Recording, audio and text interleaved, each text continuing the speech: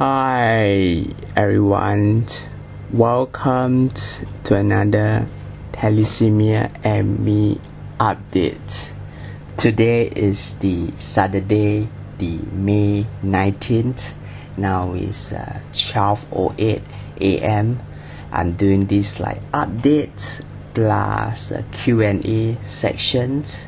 Q&A session as in a question and answer, not by other thalassemia patient or friends, but rather from a perspective of a news reporter, for example, or anyone who would interview a thalassemia major patient. What are the common question they will ask? This is not exactly the same question that you will be asked, but this quite a few questions that I going to name it here will be asked during the interview. If they interview you as a thalassemia major patient, I'm going to basically name out some question and answer it on my situation. I'm the patient. Let's say someone is interviewing me that I will answer on this update. But first, I'd like to start off the update by congratulating this our SGH Thalassemia support group for winning the Singapore Health Inspirational Support Group 2018. So the Singapore Health Inspirational Patient and Caregiver Award is a yearly kind of award event given to like different inspirational patient, caregiver and support group of Singhealth. So this thalassemia support group, I heard from a nurse, is like dominated for the third year. So this third year, so this year 2016, we have been dominated by nurses and doctor, most likely the nurses staff there.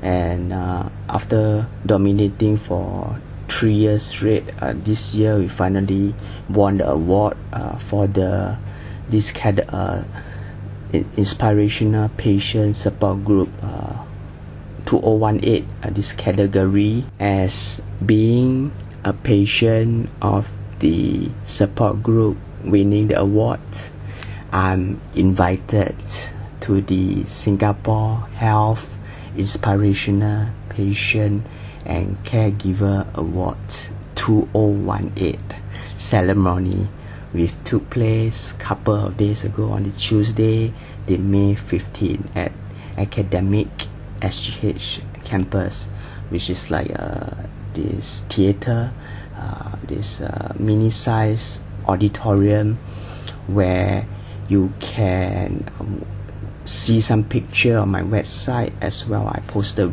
a 1 minute plus video of our group going up to the stage and receiving the award, and as well as Facebook and Twitter. And if you are not a follower or have liked my Facebook page, add me as friend on Thalassemia page, you can do that. So whenever I post something, you can get in touch with my update. I'm trying to get more people to know this thalassemia condition. On the day itself, before the ceremony begins, our thalassemia support groups kind of like gather together about half an hour earlier for a group photo shot.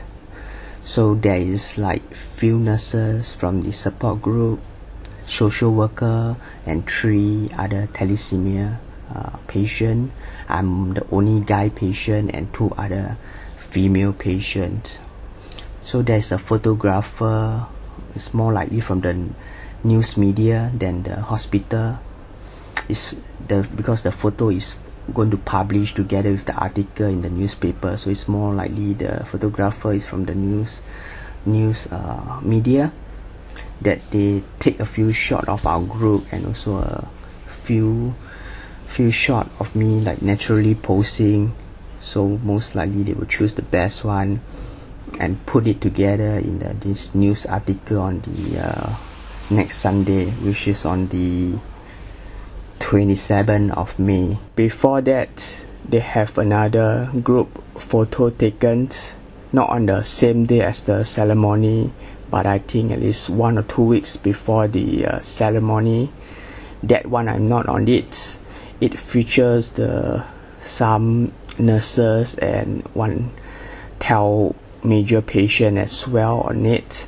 That one is because they need to take the photo to be published on the booklet of the Singapore Health Inspirational and Caregiver Award, all the different story of different patient and caregiver and this patient support group, so they need to take in advance. So 2 days after the ceremony, the reporter of Zhao Bao newspaper, Zhao Bao is a Chinese daily morning newspaper, they want to do a short interview with me, and the photo shot they took that day will be featured together with this interview on next Sunday on the 27th May morning newspaper.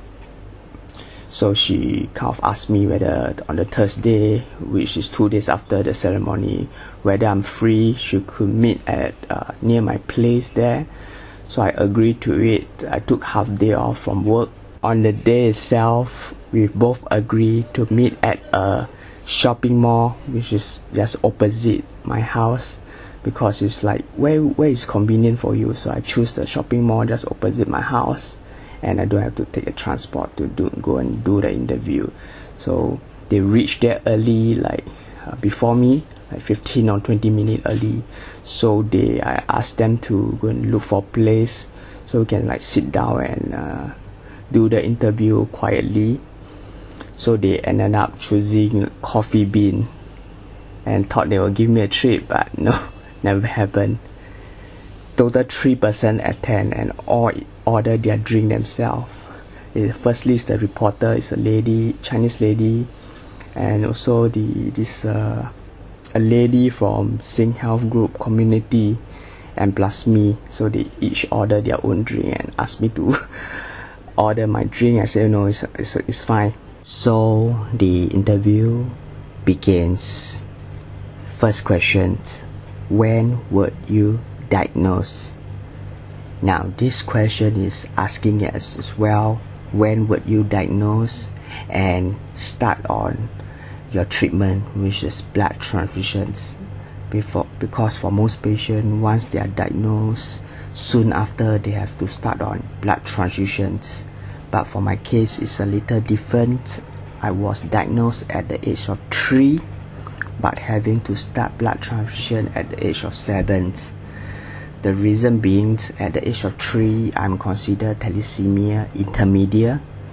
My HP is able to maintain a hemoglobin over a period of time in order not to start blood transfusion immediately. Basically it is, so it's not that bad the doctor think you need to start immediately because you couldn't maintain. But for my case, I'm able to maintain certain HP, because once you start blood transfusions, your body will be dependent on it. There's no stopping. You need a lifetime of regular blood transfusions if you started. Question 2: how did your parents find out? At the age of 3, I was once very sick. I have like fever and my face is very pale. So my mom is very worried. She brought me to the clinic and consult a doctor. So the doctor, I think, suggests I have a blood test taken, and basically when the results out, I was diagnosed with Thalassemia. Question 3: what were the symptoms you have or had when you were young? I remember when I was young, I used to have this like nose bleeding. Occasionally, like every 1 or 2 months, I kind of experience like continuous this nose bleeding. I'm not sure whether it's due to my body is kind of like more handicapped by my early days, like before I get into teenage years, I kind of experience it. And I remember my auntie kind of blend this like lotus thing for me to drink raw lotus thing, so I drink. Then it's like when I get into teenage years, it did not happen again. And I used to have like asthma when I was like around 7 to 10 years old, this period of time. And when I drink a lot of cold drink, kind of like have the asthma, so I have to go to the clinic and have this like humidizer thing a few times, and this spray. Whenever I have this asthma attack, I need to spray 1 or twice. I still remember. And as I go into teenage years, kind of like automatic disappeared. And I do not have much symptoms caused by thalassemia. I remember once I almost faint. I think I did not take my breakfast and lunch, and I was with my cousin. We go out and buy back some food like chicken rice. So on the way back, I kind of almost faint. My younger cousin kind of helped me up. But if you are asking or wanting to know the symptoms I have when I first diagnosed with thalassemia, or before I diagnosed with thalassemia, is that I have like pale appearance, I do not have appetite, I'm not that active, always get tired easily. Question 4. Due to your condition, were you not able to do certain things since young? Since young, at the age of 6 or 7 onwards, when I have to enter into the government school, the primary school, I'm basically exempted from all physical exercise. This like heavy exercise that all other students have to go through, like 2.4 kilometer run, and like this like pull up, sit up, kind of like annual physical examinations. I'm all exempted. What I like to do if I want is to the game session that took place every week.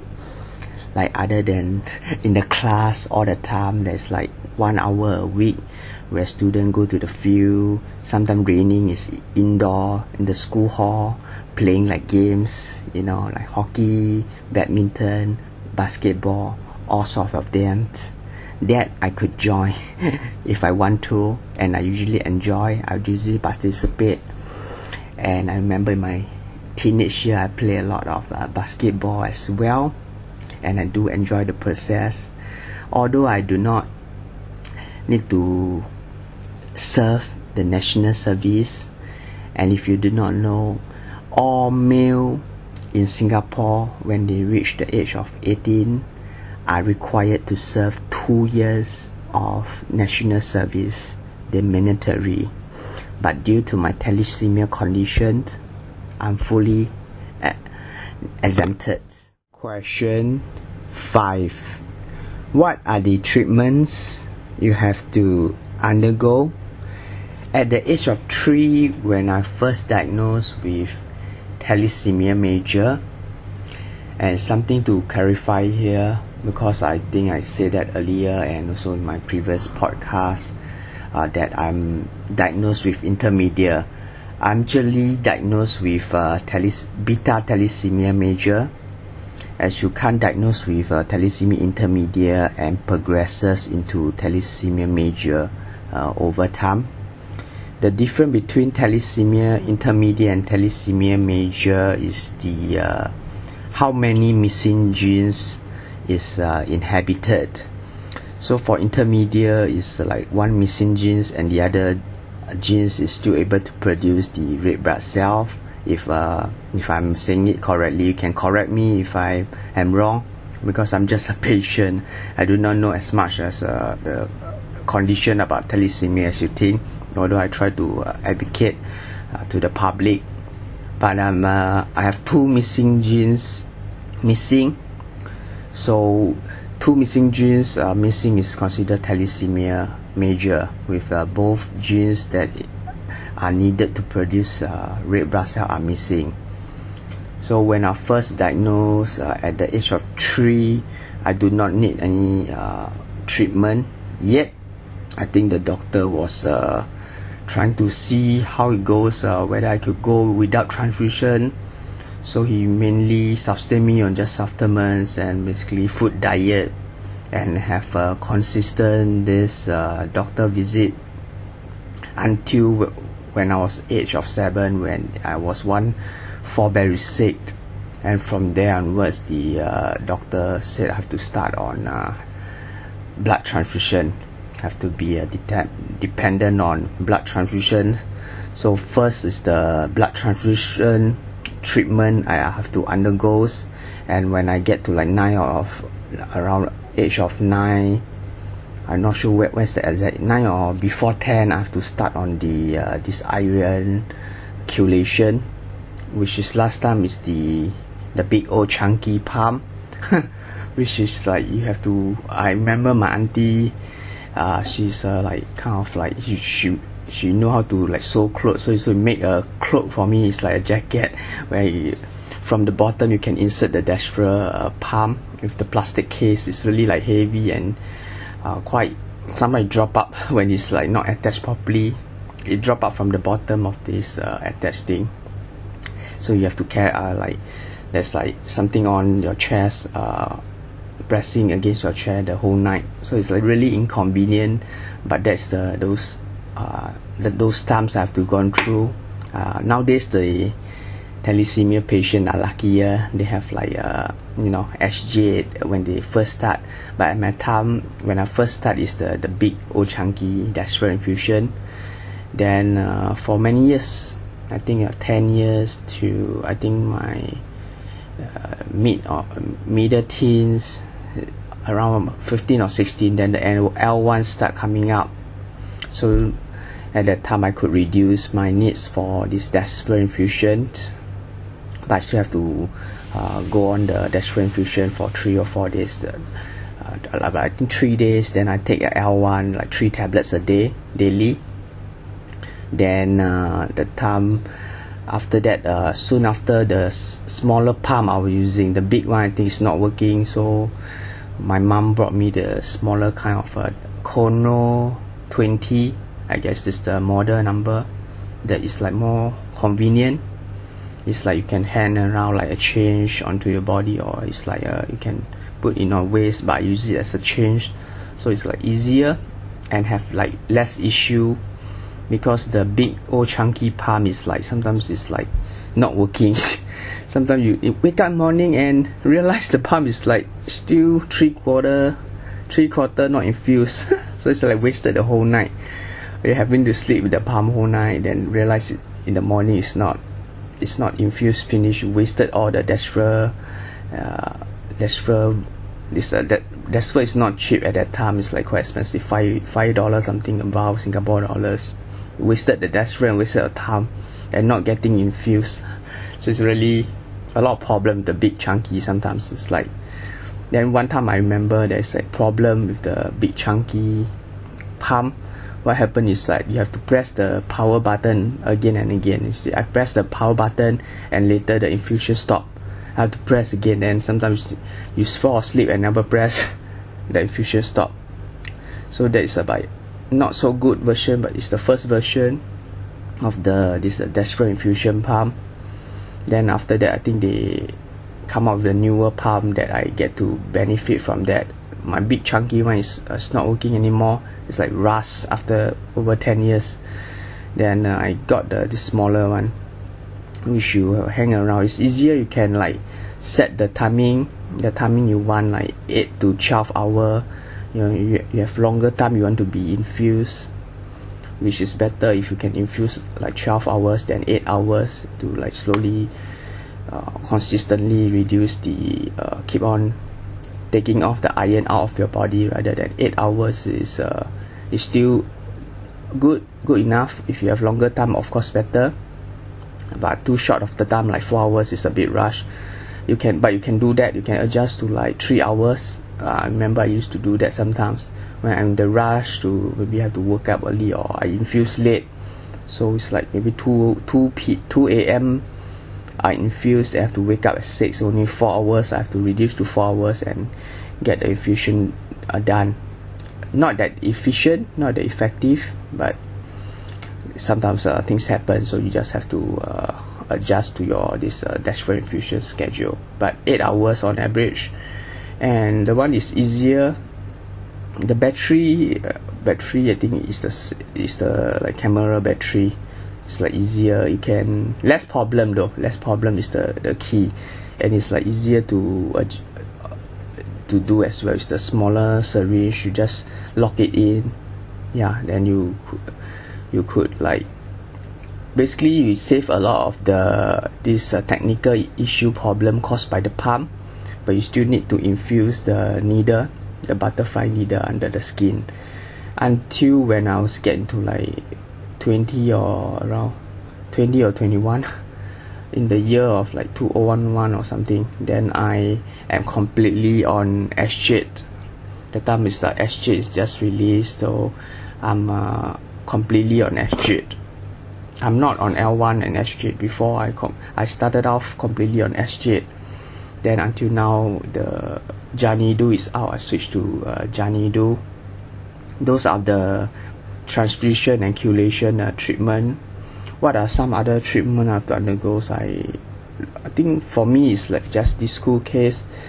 I used to have like this heart issue with like what they call it, extra heartbeat. The rhythm is not regular, so I taking the thyroxine for a period of time. Then the condition is resolved, so I don't have to take now. I taking thyroxine just 25 IU every morning. Used to take up to like 125, but my thyroid seems to be working now. Now I need to just take 25 each morning. 25 IU is the measurement for the dosage. Then also just supplements, basically folate. I'm taking folate. Folate, B complex. I think I'm taking B complex now. I'm not on folate anymore. Yeah, I used to take folate, but now vitamin C also I'm not taking, because I do usually just take from fruit, so you don't need additional vitamin C, and just B complex basically, and vitamin D and thyroxine. Other than Janidu, that's all I'm taking for my thalassemia treatment. There's some other tests that you have to undergo like yearly, like MRI, and if like you have heart condition, you have to go for the like what do you call it, not T2 star, but the this ECG. I used to have to go because last time I see heart doctor for the irregular heartbeat, but no longer anymore. For quite a few years, I think in my late teens, then I completely stopped on that. Now I only see my thalassemia doctor, basically the endocrine doctor I don't even see anymore, because my condition is like well maintained now, so I don't really have to attend to other doctor. Just this hematology doctor I'm seeing every 17 to 18 weeks. Question number 6. What are some challenges you face so far? So other than what I talked about earlier, that there are certain things that I couldn't do since young. First of all is the heavy exercise that I couldn't do and I'm not able to do. And I'm exempted from all physical examination, as well as exempted from national service in the military that is compulsory for 2 years. So other than that, in the past, for now, for my case now as a working adult, some challenge that I face is that I'm trying to start a career, establish a career, and work my way up. But I like to do this exercise as well. I like, when I'm free, I like to do some sports like swimming, indoor skipping, whatever that I feel like doing. But due to my condition, I'm not able to stick to this schedule most often. Firstly, I think it's due to my condition and my perception of it, because I've tried before. I exercise, then the next day I'm too tired to go to work. because it might drain faster your hemoglobin when you do more workup. Your schedule is very busy, it might drain your hemoglobin faster. As for example, I have a friend of mine, he's a Thal Major 2. He's like older than me. I think he's like 33 or 34. He's like working like full-time job for a number of years, and he like to also train on his fitness. He like to go to the gym. Then he would like to be fit, or like to look muscular, but he just couldn't do it. There's a certain limit to that. He have tried. It's not like he never tried, give it a try, but he just like feel too tired and also drain his hemoglobin faster. And when your hemoglobin is low, you have to come more often for transfusion. The transfusion lead to more iron overload. There's really a lot of issue if that's continue. So although you may argue that a thalassemia major patient is no different than a healthy person, as long as they are committed to their treatment, having a regular blood transfusion and proper circulation. Although some extent is true, but I think there's still some different. Although you might be positive thinking, I'm not sure, but to me, it's my personal opinion that there's like different. A healthy person could just sleep 3 or 4 hours and just work hard and consistently, and eventually they will do well, they will succeed in their career. A thalassemia, on the other hand, can work hard to a certain point that they feel tired and they need like more transfusion, as in like three packet, maybe need to increase to 4 or more consistently. 3 weeks they have to adjust to 2 weeks sometimes. So there's a limit to that. It's not like a thalassemia major can like sleep 3 to 4 hours a day and like work 7 days a week and still be active as a normal person. They still have to come for blood transfusion, and there's a limit to that. So I think that's the challenge that I face. I like to work hard and establish a career, but I think this thalassemia does affect me in certain ways. In fact, and also in my perception, my thinking as well. So I talk a little more later on that. Question 7. Was there any point of time you felt depressed or didn't want to continue with the treatment? There was a time when I feel depressed, but not so much due to thalassemia. It's mainly due to my self-esteem is low. The time I was growing like acne on my friend, so my self-esteem, I'm not confident, and I do not have much friend, not very sociable at that time, in my 17, 18 that time frame. So after school I would just come back home and I lock myself in the room and watch TV, play game, listen to radio, sleep, those kind of things in the room, and do not like to go out. That take place like around a year, slightly over a year. That time until I find a job. My mom even asked me to go to see this consultants, like physical kind of therapy, to try to resolve my depression problem. But I eventually did not go, but I just happened to get over it after some time. I'm not sure, is it partly due to my thyroxine, the time is low as well, so I was feeling depressed. So it might be due to thalassemia, this depression. But I really do not want to continue with the treatment. I always I always stick with my treatment.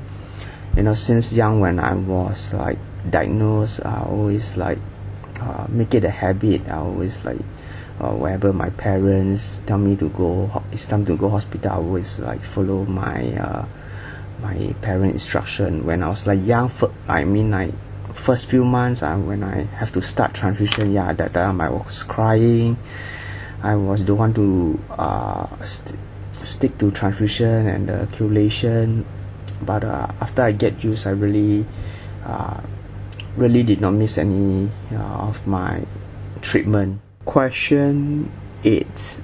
What motivates you to stay positive and follow the treatment? Nothing really motivates me to stay positive or treatment when I was like young.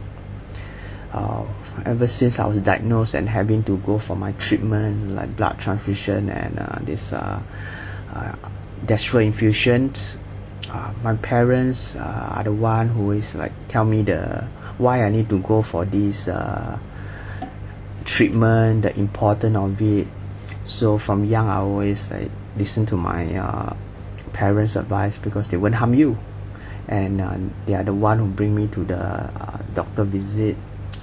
My dad is the one who bring me to see a doctor and have my cross match done, and my mom is the one who bring me for blood transfusion, because at one point my dad was unemployed for a couple of years, so he's the one who taking care of me. And later my younger sister, at the time my younger sister very small, is like she is also really need someone to take care.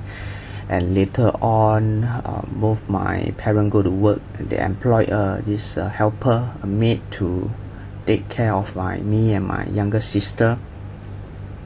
So I always like stick to my treatment since young. I always listen to my parent advice.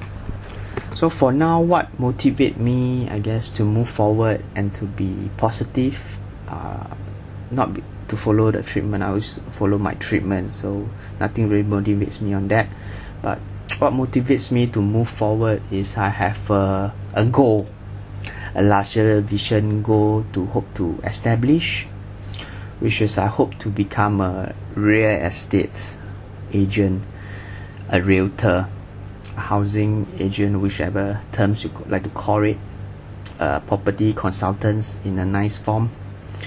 But basically, I hope to take the course and exam and hope to become a real estate agent in the future, near future, maybe next year.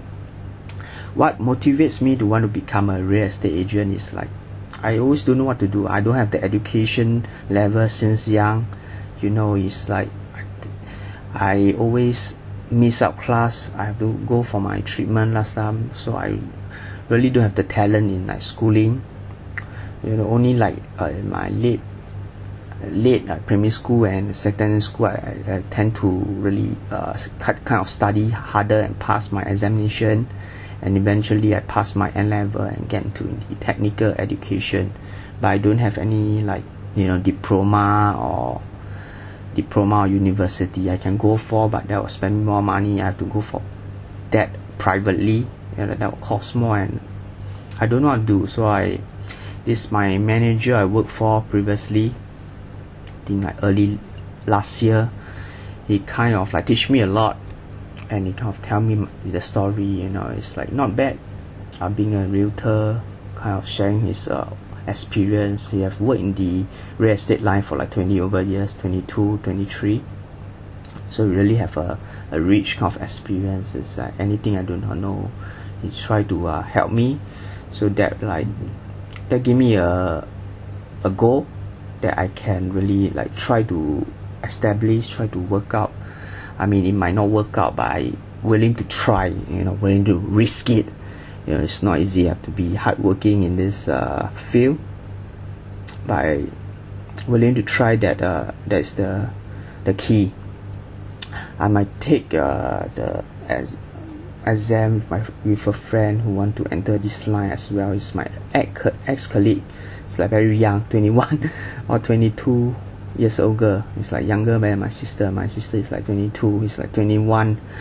So we plan to help each another out, maybe after we pass the test, because it's hard to say now. It's really hard to pass the test nowadays. It's like you have to.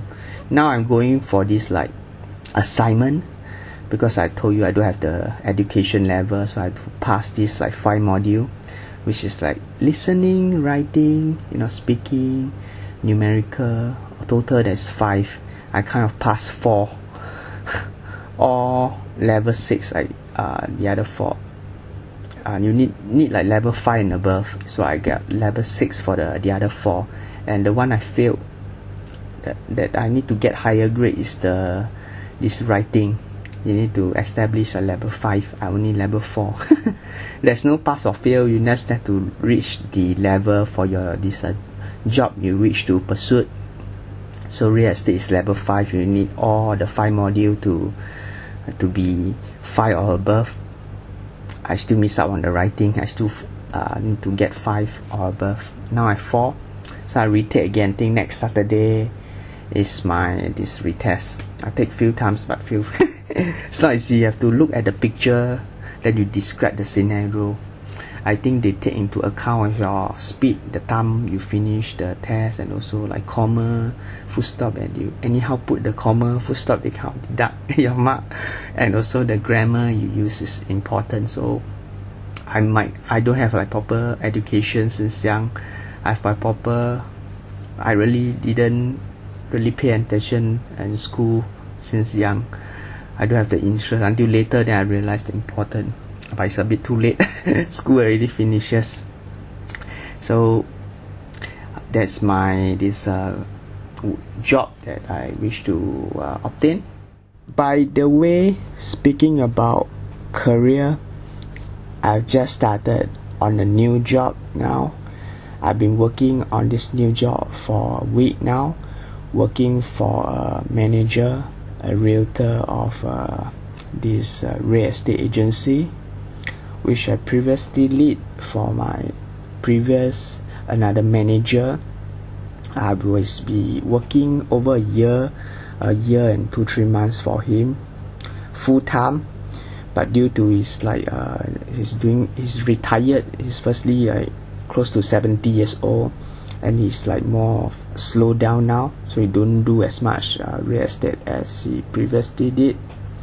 So he asked me whether if I want to look for other opportunity, I can go and do so. So I recommend my friend to work for him, and I'm going to find a full-time job. I working part-time, I think, for call center. Meantime, while I'm finding around Chinese New Year, mid or end February, I left him. Then after New Year, I started on a part-time job at the Career Excellence. It's like this career coaching company, like offering course to their clients. It's a heavy subsidized by the government courses, things like that which will enhance their future job enhancement. I've been working there part-time until I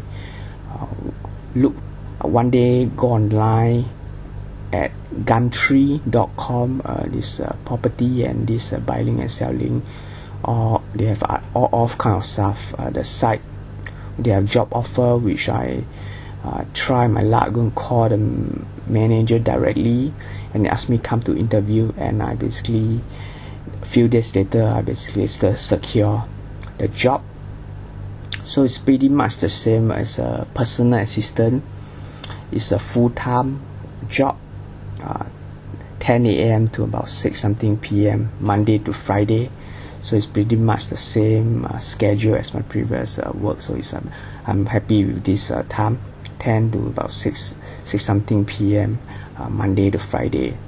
So there is like commitment to it. You can like stick to it Monday to Friday as a schedule. It's better that way. And also sometimes Friday, sometimes not too early, 10 a.m. is just fine. I could go to my cross match like I did a few days ago. I reached the ward like before 8:30.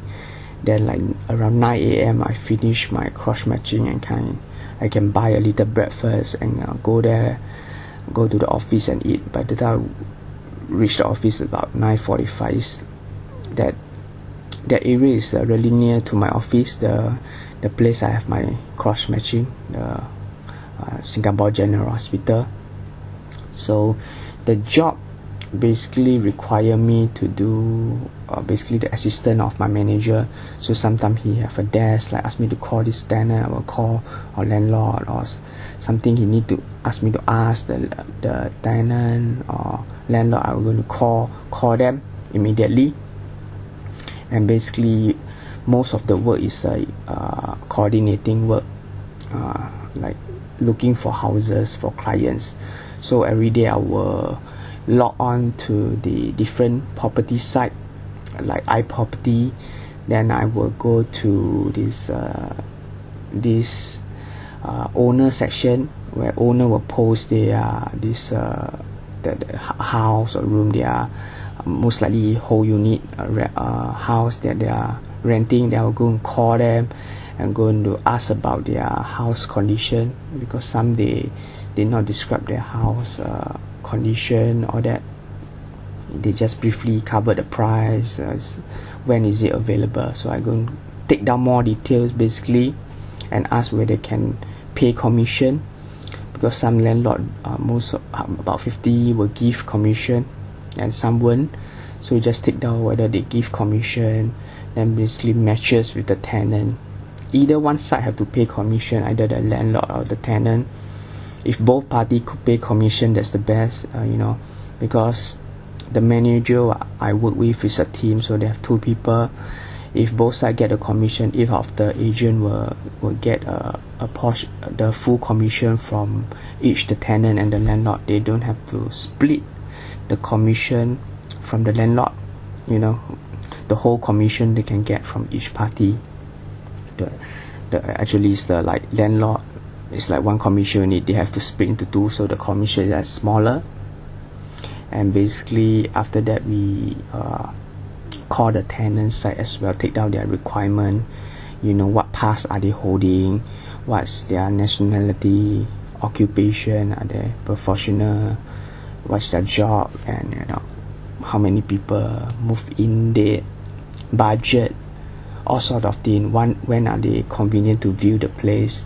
Then we kind of like we try to match whether there's any landlord posting as well, so we try to get both side commission. If not, then we go to this property guru, there's a property site, and just basically look for houses and basically co-block. So we can like basically I have a basic pay, then if there's appointment I get additional. If the tenant plan to take out the place, then I get extra. Basically this is how it's work. I probably will work until I get fired, or I plan to work for a year. Then I will next year plan to take the course if I pass this assignment already. I now still taking the writing assignment, and my friend as well.